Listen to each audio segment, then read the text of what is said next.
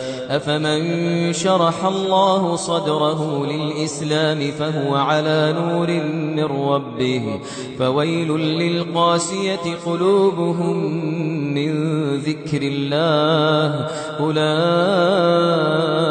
في ضلال مبين.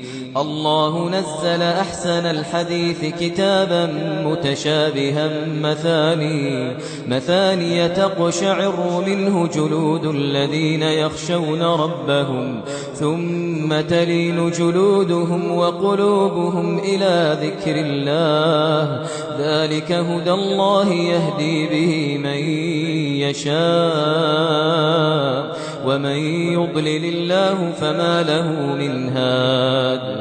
أفمن يتقي بوجهه سوء العذاب يوم القيامة وقيل للظالمين ذوقوا ما كنتم تكسبون كذب الذين من قبلهم فأتاهم العذاب من حيث لا يشعرون فأذاقهم الله الخزي في الحياة الدنيا ولعذاب الآخرة أكبر لو كانوا يعلمون.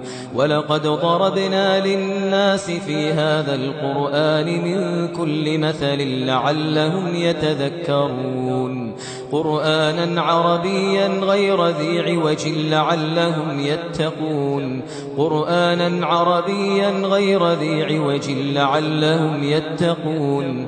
ضرب الله مثلا رجلا فيه شركاء متشاكسون ضرب الله مثلا رجلا فيه شركاء متشاكسون ورجلا سلما لرجل هل يستويان مثلا الحمد لله بل أكثرهم لا يعلمون.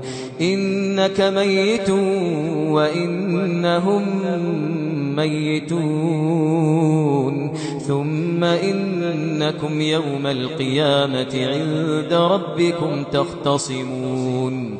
إنك ميت وإنهم ميتون ثم إنكم يوم القيامة عند ربكم تختصمون. فمن أظلم ممن كذب على الله وكذب بالصدق إذ جاءه أليس في جهنم مثوى للكافرين والذي جاء بالصدق وصدق به أولئك هم المتقون.